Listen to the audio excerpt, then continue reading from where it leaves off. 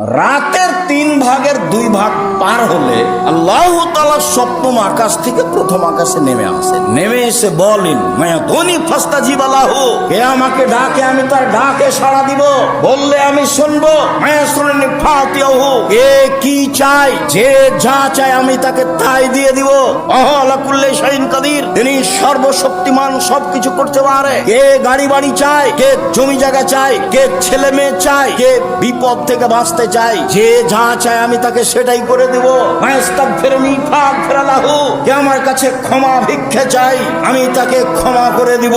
রাতের 3 ভাগের 2 ভাগ পার হওয়ার পরে আল্লাহ তাআলা সপ্তম আকাশ থেকে প্রথম আকাশে নেমে এই কথা বলতে থাকেন, আমি দুর্ভাগ্য ব্যক্তি, রাত 2টায় ঘুমি, টিভি বন্ধ করেছি, মোবাইল তো আছে আল্লাহর রাস্তায়। আপনি বাড়ির গার্জেন, বাড়িতে একবার ধরে নেবেন যে কারফিউ জারি আছে, কি 10টা 10:30টায় ঘুমাতে। ব্যবসা বাণিজ্যের লোকেরা হিসাব নিসাব করে না 11টায় ঘুমান। একবারে জরুরি ভাবে যারা পড়াশোনা করছে এ ব্যতীত যে কোনো মূল্যে ছেলে মেয়ে রাত 10টার পরে ঘুমিয়ে যাবে, এটা আপনাকে শক্তভাবে পদক্ষেপ নিতে হবে। একরাহুল কালামা বাদালে শাহে, এশার সালাতের পরে আল্লাহর নবী কথা বলা ঘৃণা করতেন। একরাহুল নাওমা কাবলার শাহে, এশার সালাতের পূর্বে আল্লাহ রাসূল ঘুমিয়ে যাওয়া ঘৃণা করতেন। এশার সালাতের পূর্বে ঘুমিয়ে যাওয়া ঘৃণা করতেন। এশার সালাতের পরে